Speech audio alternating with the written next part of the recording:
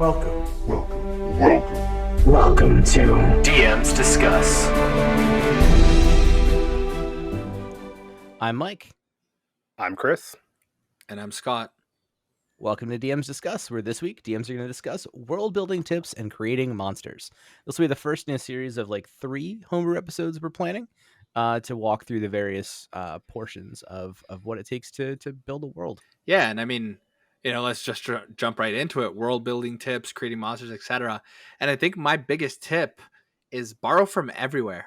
Borrow from everywhere. Pop culture, other DMs, common tropes, science fiction, your life. If in your life you have a family member that you very much dislike and they yell at you, model a character after that. If you have a family member you love or somebody like your best friend, model a character after that. And in my opinion, that makes your stuff real and relatable. And I think that's like a powerful thing to have in a campaign is real and relatable worlds with real and relatable monsters, people, etc. Yeah, I 100% agree with that. I think too, like the first part when we talk about homebrewing a world for a setting, is starting from the big picture is if it is going to be a fully homebrew world, or if you may set it in one of the pre-existing 5e worlds that Wizards has put out. Because you can do your entire adventure in the Sword Coast to give yourself, take away some of the heavy lifting. Or you could just make your own island that is shaped like a banana and run adventures on that as well. Yeah, and I think Mike does this really well. You have that banana island, but then you also have the settings books, and as you go through, if you have access to the settings book, and it's not that you have to use any of it, but if you take a little bit from Sword Coast and take a little bit from Strixhaven and take a little bit from some other place, and just that's the borrow from everywhere, you get this really cool campaign. I think Mike has done an awesome job of that with our Wednesday campaign, where literally various source books and planes are crashing into each other, and Mike's pulling from all these sources, and it makes for a very dynamic, robust world. It's super cool, Mike. Thanks, man. I appreciate that. Yeah, it's a lot of work to look at all these different sources and bring stuff in, but at the same time, it saves you a lot of time. If you're not as creative, if you don't have the ideas in your head to like create an entire world, building things using little bits from all the different source books and like making them all collide and stuff, that stuff works really, really well. And I would add that once you've decided if you're like pulling from somewhere else or doing something completely homebrew, make sure that you are also taking your characters' backstories into account. Like I spend a lot of time talking to my characters, talking to my players outside of game to see what their goals are, what their aims are, like what their backstories look like. And I try to write those into the stuff that I'm doing in the game as well, just to make people feel like stuff is more tailored to them and to make it more engaging because they can like see stuff from their backstory coming up in the main like storyline. Yeah, I mean, for me, it's like I think it's the relatable, right? And I'm actually introducing some new characters or new players. I'm actually starting up a Strixhaven campaign. I'm really nervous. It's my first time DMing like a more long-term campaign. I mean, I run one-shots all the time, and that's been my intro to D&D. But I'm watching these players talk to me about their characters, and I'm watching them, and I'm like, I'm more aware now, and I get your characters, and I'm watching this character, somebody who wants to please their parents, somebody who had to throw it all away and make their own way. And I just look at that and smile because I know that this person, I've spoken with them and I know like, hey, this is your life. This character is your life. This character is your goals and your aspirations. This character and for me, if you guys remember my first character, I'm gonna speak candidly here. My first character, Aegis, was very much a reflection of me. He was this hopeless, righteous, overzealous do-gooder. And at one point, all Aegis wanted to do, and Chris, I want you to chime in here. All Aegis ever wanted to do was to protect and heal people and see the good in people, and he did it to his own detriment. the entire time. And I feel like that's what my life's been like. Not all the time. There are people that care about me, but I think sometimes I've stretched so far that I did to my own detriment. And I think if I think about Aegis and his entire journey, Aegis is who I wanted to be. He was somebody who at one point just like, fuck it. You know, the world isn't all bad, but the world isn't all good. And sometimes you just gotta, fuck it. I'm not doing this anymore. Aegis actually hung up his armor near the end of the campaign. So, until Mike's character visited him and he decided to re-armor because he was needed at that point. His friends needed him. This wasn't some random stranger, you know. And when he needed to help strangers, he did, but he was just tired. And, I think that's a lot of, I don't know if that's deep or dark or whatever it is, but you know what? The one word it is real. And, when you have characters like that and you have players like that, they want to engage with your world. They want to see their character progress within your world, because they want themselves to progress like that sometimes. So if you're building a world that reacts the same way our world does, that we understand, there will be people that are going to yell at you. There will be NPCs that are going to, be wonderful to you. There will be monsters where you don't expect them. And there will be kindness where you don't expect it. So, if you build your world that way, these players get to live their dreams and their aspirations inside your game. And that's why I'm saying borrow from everywhere, because people understand some of those things. How do you feel about that, Mike? Yeah, absolutely, man. I feel like that's exactly it. You need to build a world with your players in mind and let your players kind of evolve within that world and also have the world change and adapt with them at the same time. I feel like it's a lot of give and take between DMs and players that goes into building a world that feels good for everybody that's playing in it. Yeah, I'd 100% agree. Like a big part of when you homebrew a world is keeping it, especially at first creation, making sure it's big picture. It's not too daunting to get into. And then also working with your players to make it a world they want to be a part of and help shape and change and because they're living in it, right? Like this Yeah. is something where, the best thing you can do, especially from the big world standpoint, is keep it fairly vague because it's your players who make the detailed stories in it. I love that. I love that. And even with characters too, as I've grown, I'm taking that approach with my characters too. When I play in these games, my character has, for example, Ixie, celestial, wants balance, sent from the heavens to the earth. That was my entire backstory. That's it. Um, and over time, this is, nature versus nurture in my mind.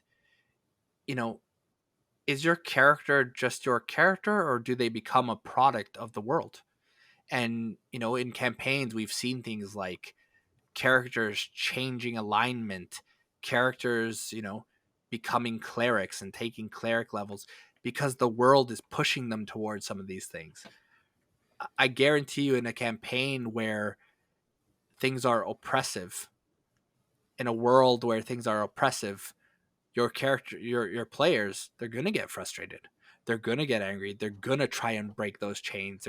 And I think that's like the cool part about world building for me, is watching as a DM as your vague world starts to take shape and starts to absorb some of the details from the player, and everyone's reacting to everyone, and it's amazing to see.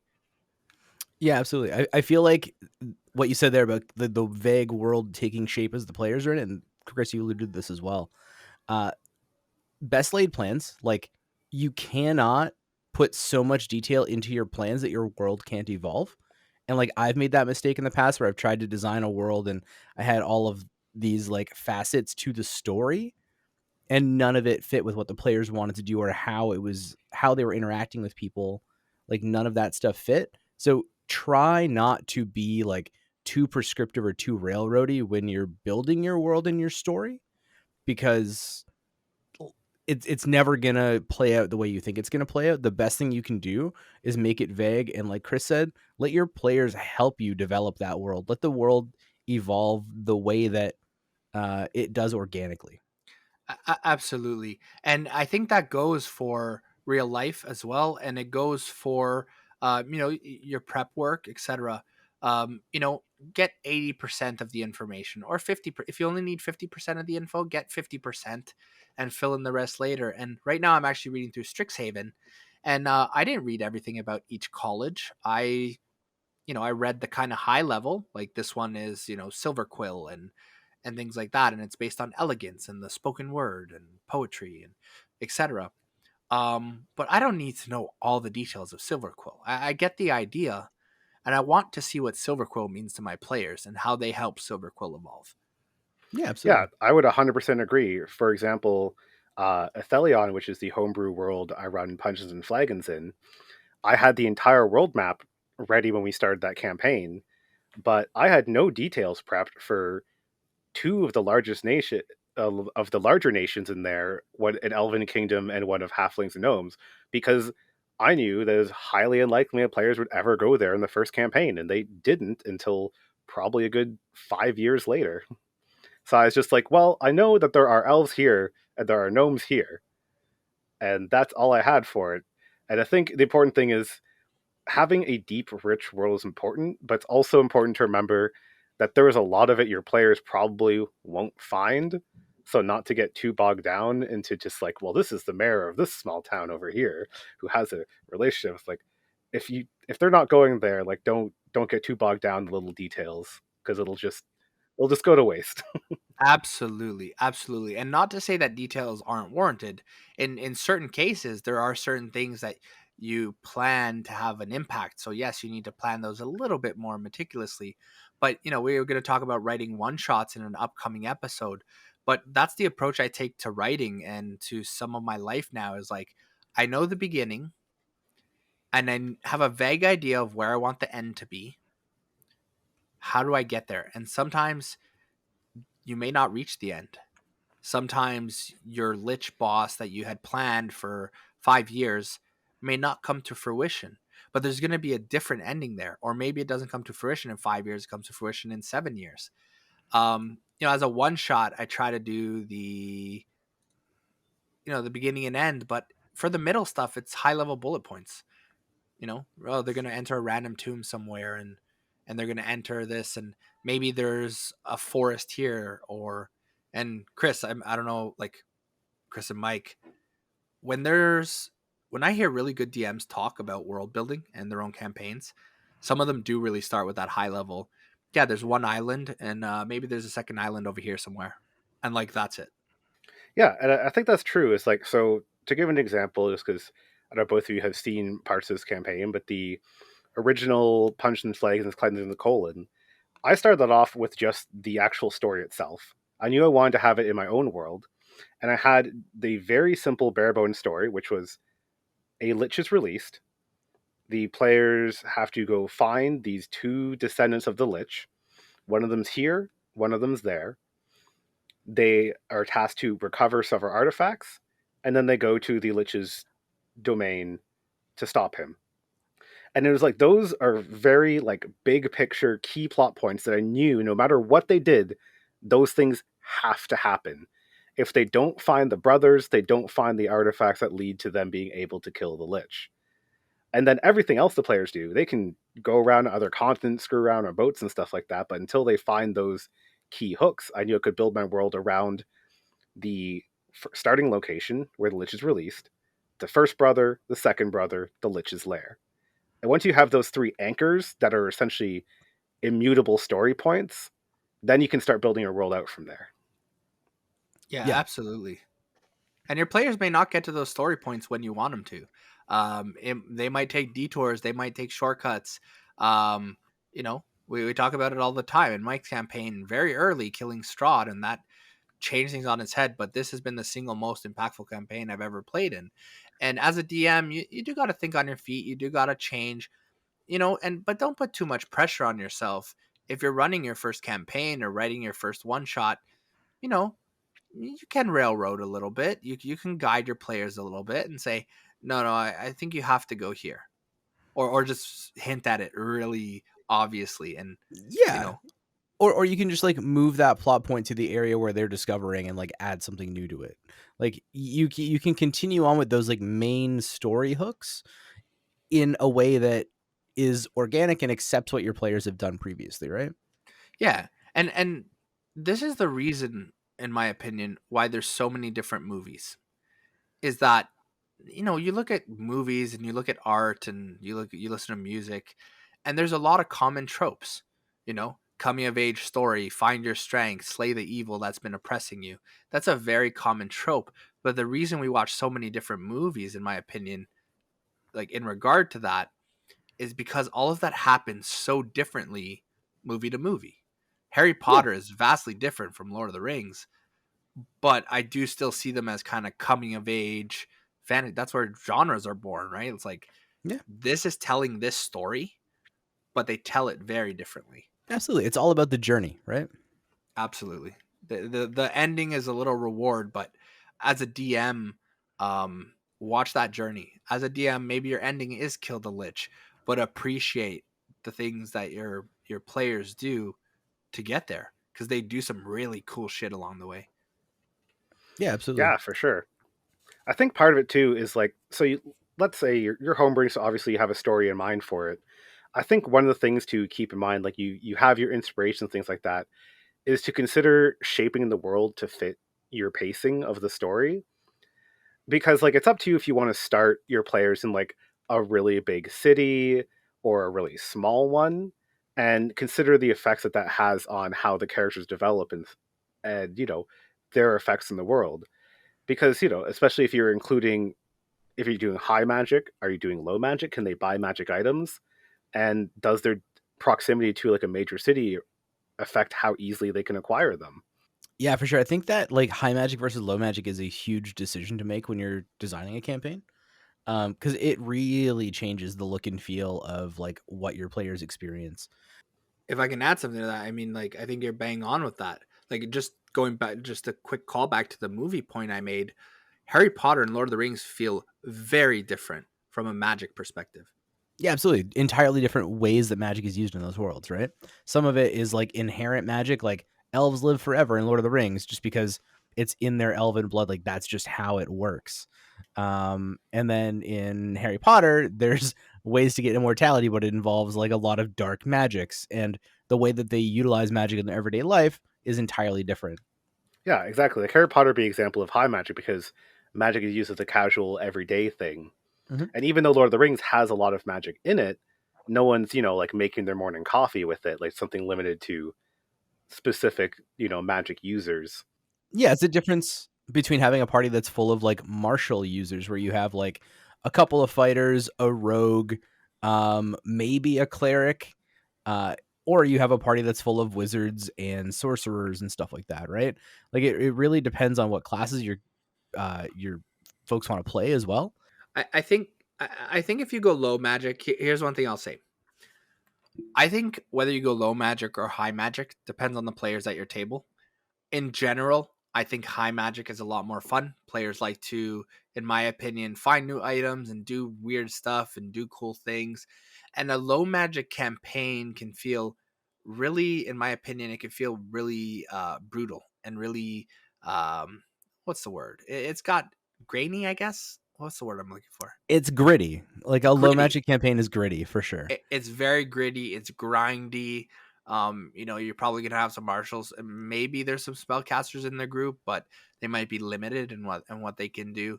And it definitely has this grit. And if you're going for a short campaign that's supposed to be gritty and difficult, some players thrive on that. If you're going for a more whimsical, lighter feel, I think high magic's the way to go. Yeah, I would totally agree with that. I enjoy high magic more just because I like all of the like craziness that comes with high magic campaigns, like being able to travel crazy distances and being able to like just look at and scry on people and figure out where people are. Like stuff like that I love. And I think low magic environments can be very fun, but I feel like low magic environments lend themselves to uh like RP heavy groups where a lot of it is like character interaction, like small fights and stuff like that. Because when you get into like only martial classes and things like that against larger bosses, it can get a little crazy. Yeah, and here's the thing. I think one word I've learned lately in my life, or a lesson I've learned in my life, the absolutes are bad. A strictly low magic world, that has a lot of implications. A strictly high magic world, that can also mess up. If there's too many magic items, it's not fun to get them anymore Hmm. because, okay, well, we get one every single session, so who cares? So I think it's finding that balance. Like if you are going for, I think a strictly low magic campaign will be boring. I think a strictly high magic campaign will be chaos.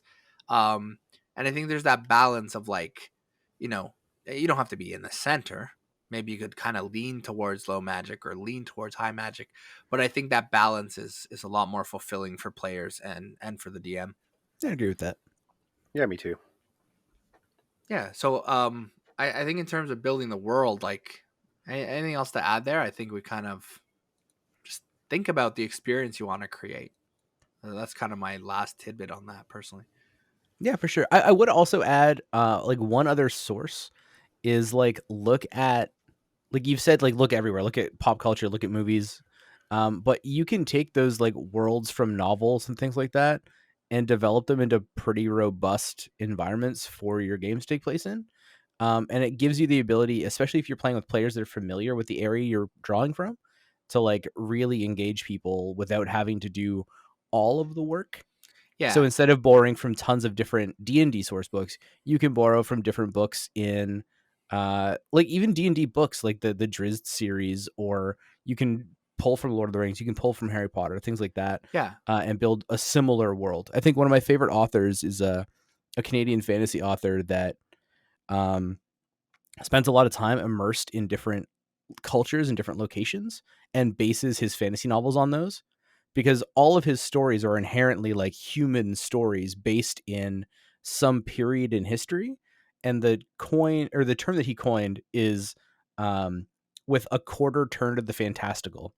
So like my favorite book of his is a book called Tigana, and essentially it's a book about two warring nations, kind of Romeo and Juliet esque in like Renaissance Italy, but it has some like high magic capabilities of some people built into it. So it's just Renaissance Italy, wars between two nations with a quarter turn to the fantastical. I think that's a great kind of setting for a D&D campaign. Yeah, I agree. That quarter turn of the fantastical is like you're taking the stuff that happens and just adding a little bit of spice to it. Rice is really good, but I do not eat plain rice. I add some salt, I add a bit of seasoning, and it makes it so much better. Now add too much salt and your rice becomes garbage and inedible, right? Um, all that to say, when I say borrow from everywhere, let me clarify. I do literally mean everywhere. I don't mean borrow from every D&D source book. I mean borrow from your life experience. Listen to other people's stories. Borrow from, a friend told you a story about how they were on safari and a lion chased them. Borrow that. Put that in your game. They're on safari or they're in a place and this beast just starts chasing them and running them down. And you can describe how they like find a shelter. There's a cave. Like borrow the stuff from everywhere: poetry, music, source books, other books, TV shows, etc. Uh, yeah, that's a great way to put it. And to give an example of that, the most recent campaign I ran, uh, I had the idea to make it in exploration themed, after kind of like those 80s like Indiana Jones style romancing the stone movies. And I was like, how can I apply this to my D&D game?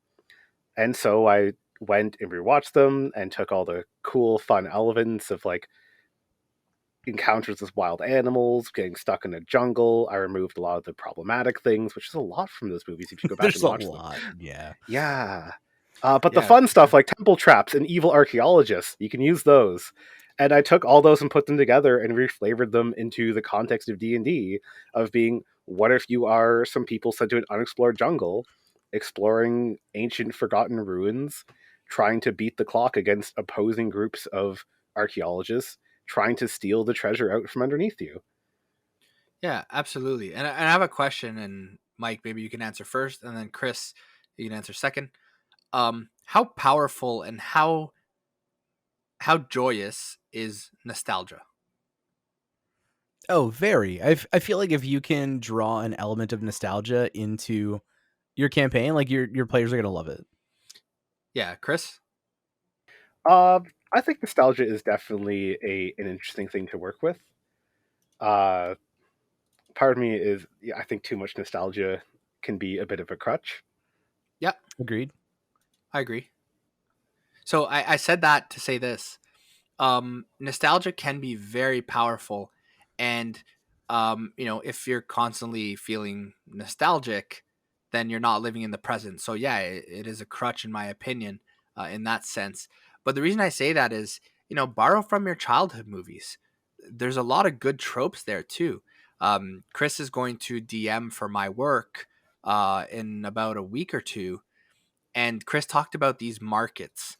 And instantly what came to my mind was the scenes from Aladdin. And I'm like, "Oh, cool. Like there's these renowned markets and stuff like that, or these markets." And I'm just imagining like scenes from Aladdin or that kind of setting. When you borrow from some of that stuff, borrow from Disney movies. Maybe it's not a lost slipper. Maybe somebody lost something super important, and someone will marry them if it's found, and maybe that's a hook in your story to get some political power or something. But everyone can, not everyone, but I think people our age can relate to that, because a lot of people our age have watched Cinderella, right? Yeah, for sure. I would say if you're planning on streaming your campaign, don't borrow from Disney though. Uh, borrow, but be very sneaky about it. Be very. Hey, all those very stories are sneaky. public domain. This is a Mandalorian. If you do Oh, if you do God. it that way, they cannot come after you. You just say I it's feel like satire. other people will just because it's bad. Yeah, it's okay. Come at me. So, I mean, these are like the big, larger world points, but like when you zoom in and dial down, eventually at some point you have to start looking at what are the actual, like, the building blocks that you use. You have your greater world setting, but like, how do you make the pieces of D&D fit into that? Because, maybe you settled on, as I said, an archaeological campaign, but it's not like there's, archaeologists with guns stat block. There's a few animals and stuff like that, or maybe you did a seafaring pirate adventure and there's not enough pirate stat blocks. Like, what's your approach to you guys for finding how do you make D&D fit a homebrew setting that isn't one that's originally in a source book? Oh, absolutely. Just like borrow from any other stat block of similar creatures that you like and just modify. Like, this is now a sea uh, T-Rex, or like, this is now like a sea bandit, or any normal bandit. Like, you can just turn into somebody that is a swashbuckling pirate. Give them a different voice, give them a different like accent, whatever. But you can borrow stat blocks from anywhere else in the game and just like transplant them into the setting you're using. Yeah, and I mean you can make up your own stat blocks too if you really want to. Like, for example, Mike and Chris, you guys enter a room and this giant beer can comes to life, and it starts walking towards you. And I see this beer can. I'm looking at a beer can on my desk. I see this beer can as a tough, macho kind of, hey, I'm beer, and I would give it a high strength. I would give it a low wisdom. The intelligence, that's a toss up. But I think relating that, like I'm relating that to some of these people in the gym who are all brawn and no brains, right? Yeah, totally. Because they do exist, and they might not pick up on that directly, but indirectly they'll understand it.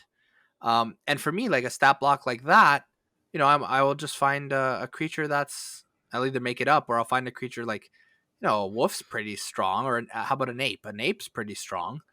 Are apes smart? Well, yes, so maybe not an ape. And then, based on that, you can kind of adjust, try to relate it back to something in the real world. And there's probably a stat block for that. See, that's interesting. I would say, like, my first thought when you say a beer can is I would just take the Iron Golem stat block, slash its stats because it's hollow instead of being made of full metal, and give it weakness to bludgeoning damage. Yeah. Now it depends how tough you want that beer can to be. Now, like I would say that Iron Golem, and here's the thing: this is why perspective and knowledge is important in sharing stories. I didn't really think of an Iron Golem because I don't run a lot of high level stuff, so I never use Iron Golems. Nor do I look at the Iron Golem stat block on occasion. I've fought golems once or twice, but for me, I do know about guys in the gym who are buff and just want to lift weights and drink protein. So, but I also know some people in the gym who have very balanced, healthy lifestyles, and and hey, whatever makes you happy. But my perspective when I look at that beer can, if I want them to be that tough, macho, just gonna beat you down, I would go to like one of the stronger stat blocks. Yeah, I think one of the things that I would do with something like that, if I were to try to make like a beer can stat block, I always try to make, especially things that are like bosses or that are like mini bosses and have some sort of significance, I always try to give them something unique. So like if you have a beer can, maybe you add like if not a legendary action, some sort of action to them that is like slosh, where they can like pour out some beer in the direction, like in a cone at some people, and if they fail a strength saving throw from the liquid running over them, then they are all knocked prone or Yeah, become like intoxicated and have like disadvantage on attacks for a turn or something. and I like that, and I was going in a similar direction, not slosh. So in my mind, the way I would homebrew this beer can boss, and some of you might be going, "Well, these guys are talking about a beer can boss," but people understand that, and it's funny, and it's whimsical and magical because there is no beer can that's going to beat you up IRL. But we know beer makes us drunk. We know beer makes us fall. Um, but for me, I was going to give it a magical pulse effect that everyone in the room would need to make a wisdom saving throw, or they would have to have reduced movement speed and roll a random direction on the beginning of their turn and walk in that direction. So I think like borrowing, and in that case, I think Mike, you and I are borrowing from our life experience with alcohol. People do fall on their ass. People do walk in random directions. Chris, what do you I think? would argue it's a Constitution saving throw. Yes, definitely Constitution. That's fair, but I would argue if this beer can's continuing to pulse on you, and you're staying there and continuing to let this beer enter you, your wisdom score is pretty low. But I can see the case for Constitution too. But yeah, I think one thing that we talk about reflavoring the shit out of stat blocks, but one thing I just did there too is look at mundane items around you, bring them to life. Think about those Disney movies that there's animated candlesticks and there's animated objects that are normally not animated, and that is the quarter turn to the fantastical. Yeah, as Mike absolutely. has put. I'm pretty sure in like one of the first sessions we played in Chris's campaign, you almost got murdered by a table.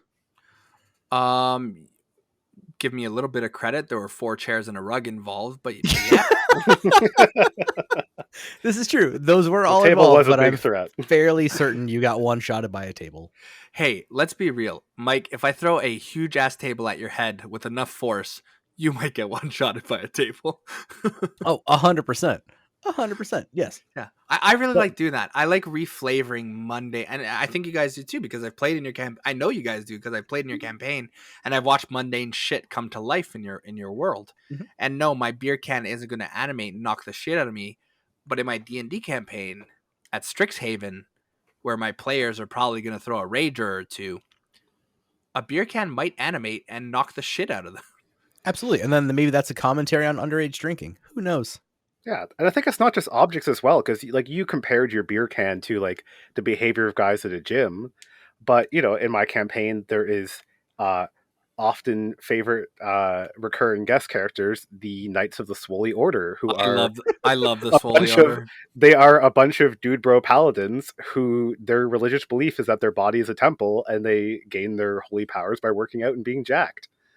And that's an example of like taking just a personality type and saying, what is this in D&D? This is just a bunch of guys who get sick gains and they're so powerful they can smite their enemies with it. Hey Chris, Absolutely. did I ever tell you that I love the Swoley Order? Fan Comedy rule of- favorites. Comedy rule of threes, baby. Let's retire that joke. But I love it. This is what you can do with your game. It's like, what do bikers look like in your campaign? What do cowboys or detectives look like? Yeah. Reflavor those like cultural stereotypes. It's like, maybe there's like a bunch of witches who like hang out on broomsticks smoking outside a bar, and that's like a biker gang. And like your players will find that fun because they're like, oh, That's like these funny. are the bad boys. That's funny. And like you can do so much with just taking those like general personality stereotypes and switching them to be like a fantasy thing. Like have a group of like aggressive goblin bankers like try to like outbid your party on stuff. I would, Chris. I would for that scenario with the biker gang. I would also suggest a bunch of angels from the underworld. Yeah, Hell's Angels, love it. Yeah, have literal Hell's Angels. Yeah, no, that's perfect. I think one of your it's becoming one of my favorite moments too, and I get why you guys love puns, but because they're just fucking stupid, and you like to watch the people who laugh at them, and you like to watch the people who just shake their head, and you like to watch the people who get mad because it's so funny watching that human watching everyone react differently. And I think that's one of your favorite. I think that's why you and Chris have become DMs, is so that you can tell puns. Oh, Yes. dude, if I don't get my players to groan at least once a session, I'm disappointed in myself. That's the goal. I like it. Yeah. I think another thing, just Mike, do you have any commentary on that piece, or can I move on to? No, you can go ahead. I was just gonna say one of the things you can do instead of looking at and borrowing and reflavoring stat blocks is actually just like nerfing larger creatures depending on what your world looks like. Yeah, that was the point I was actually going to go into. So when we talk about nerfing stat blocks, and we talk about a dragon, maybe you want to put a dragon in. Maybe you love dragons, and maybe you have an idea for a dragon. You just think dragons are cool, and you want to put them in your campaign. Oh, but people told me I can't put dragons because they're going to kill level 1 characters. Well, yes, if you don't modify the stat block. But what if that dragon has been injured and sundered and left to die, but it's still got a little bit of life in it? So it's not as strong, it's not as wise, it's a little bit more desperate. It might be willing to cut a deal because of that desperation. Your dragon with a breath weapon on a 1 to 6 dice roll recharge and a +7 strength might now have +1 strength, and breath weapon only recharges on a d20 roll of 20. And now your big powerful dragon is super weak and manageable for a low level party. And if they decide to let it go, maybe it helps them later. Maybe it comes back and becomes the big bad evil guy, big bad evil dragon of your campaign.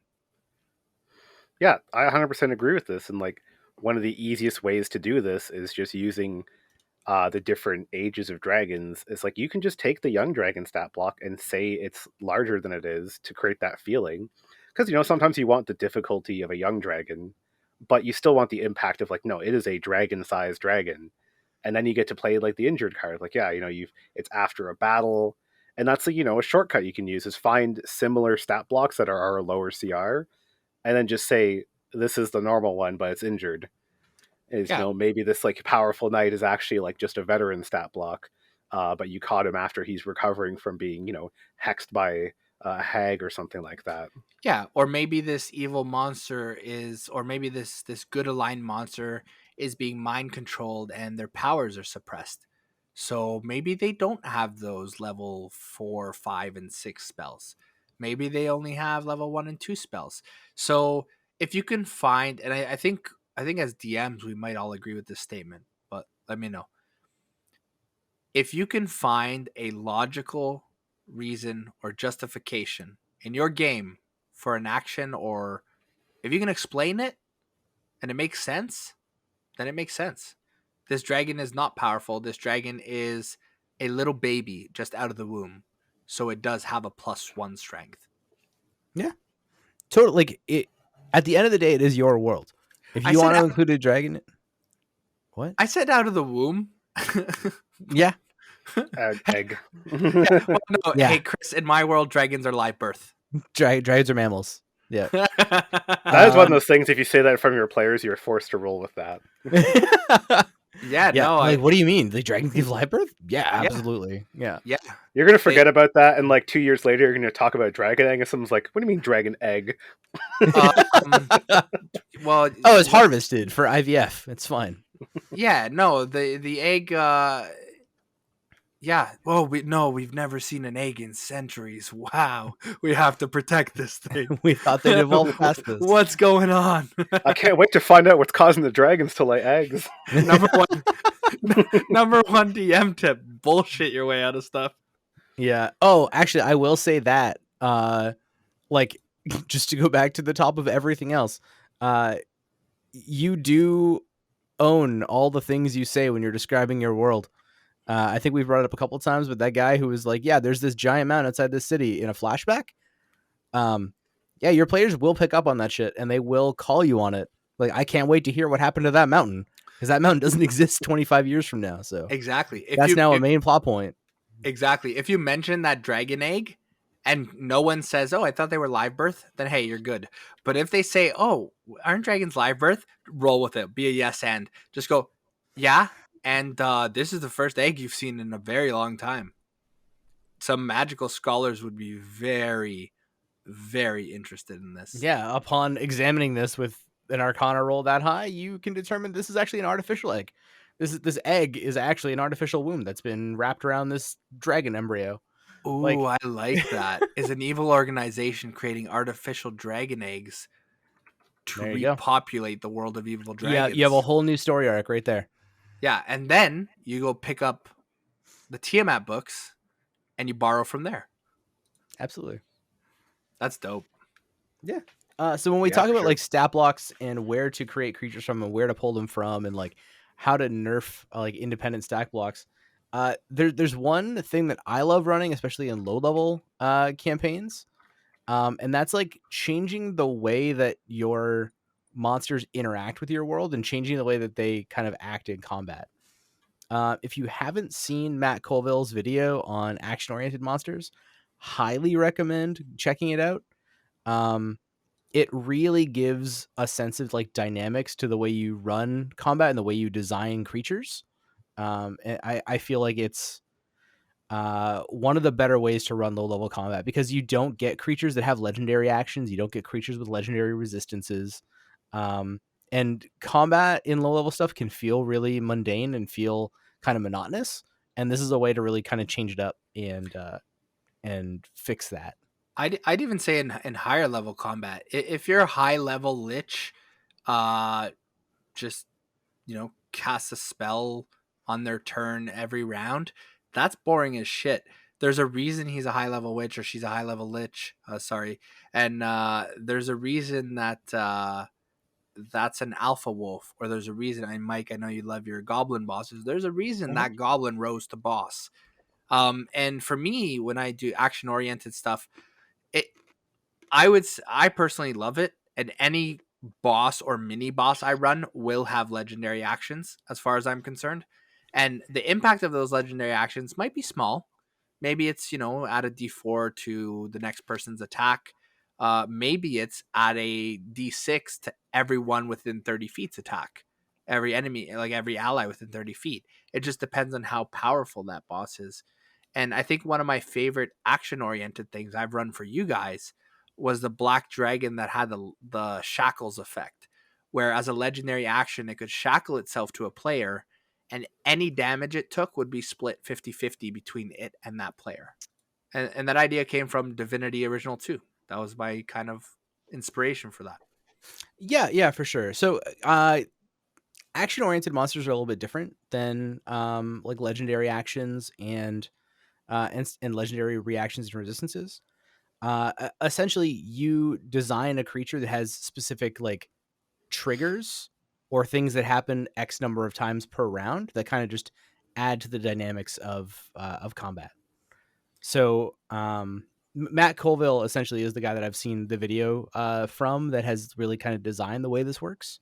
And it's a little bit different than legendary actions, where like once per round at X number in in initiative you can do a certain thing. It's like you set triggers.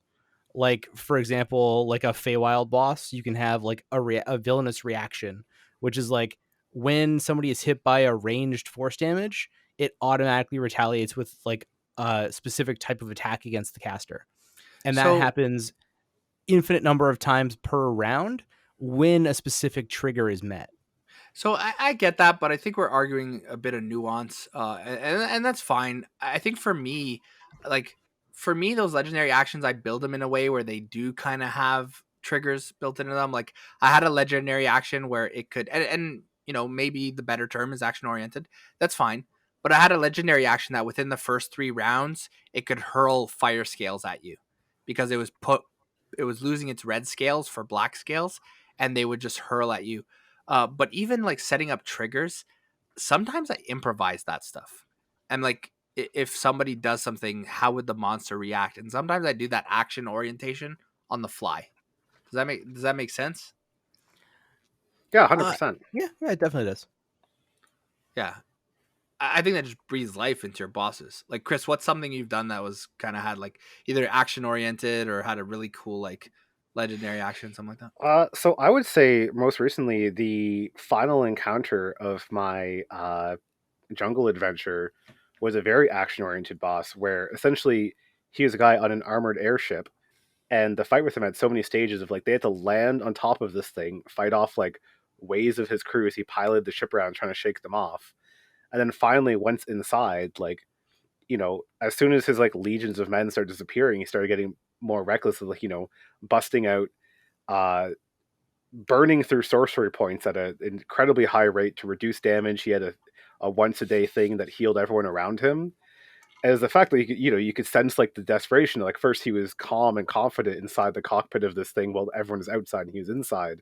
But you could see him like pulling increasingly like as the fight went on, and he got like lower health, pulling his bigger tricks out of his hat, and and then eventually like starting to try to run away at the end. Because at first like he was confident he'd fight these people hand to hand, but as soon as like once he lost like half of his crew, then he started trying to use a lot more teleports, starting to try to create some distance, and just really blowing up the inside of his own ship. Because that stopped being about destroying your enemies. It was about, I need to survive, destroy them, and escape. Yeah, so not only, and the thing that's cool about that is like the airship, etc., and you're kind of building not only the monster but kind of its environment. So think about, if you're going to have your team fight a spider or your party fight a spider, think about the protections that spider has put in place. Think about that spider's layer actions. Wink, wink. Think about, their webs and stuff's going to be sticky in here, and there will probably be other baby spiders attacking you, and it's going to be dark and it's going to be damp. Or is that spider an ambush spider and they live in desert sand and they're going to hide and pull you under, and now you're in an underground desert layer.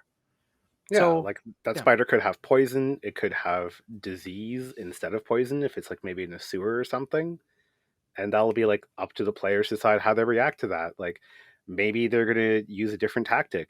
Like they could use a wall of fire, and that would negate the spider's lair, because everyone knows the best way to protect yourself against unwanted diseases from the web is to use a firewall. Yeah. And God. And not only that, like we have players reacting to monsters, monsters reacting to players, players reacting to the environment, but also have your environment react to the players as well. If your player steps foot on a cliff you've described to be unstable, yeah, maybe there's a check there for you. Maybe there's a strength check or constitution check, or I don't know what check would be for the wall to maintain its structural integrity, but maybe that wall breaks and now your player's plummeting and falls into a river where there could be other threats, crocodiles. I don't know. But yeah, having your environment react to a player also makes your world feel real. You're exactly right there, Scott. And I think also the next part of that is in terms of the world reacting to your characters is the people of the world reacting to your characters. And that will lead into our next episode, which will be creating NPCs. Is like not just the world, but the people in it. How do they interact and continue to exist alongside them? Absolutely. And what quests do they have for you to help you build that world and move on? As always, I'm Mike, and if you need to slide to a DMs, you can DM us on Insta, Facebook, or Twitter at DMs Discuss, or hit us up via email at dmsdiscuss@gmail.com. And I'm Chris, and as long as your phone doesn't have a ring of proof of non-detection, you should be able to subscribe to receive future updates in our podcast in your favorite podcatcher app. And I'm Scott. Hope you enjoyed a small peek into our world and NPCs. As always, check the show notes for links and other fun stuff. We'll catch you after a long rest.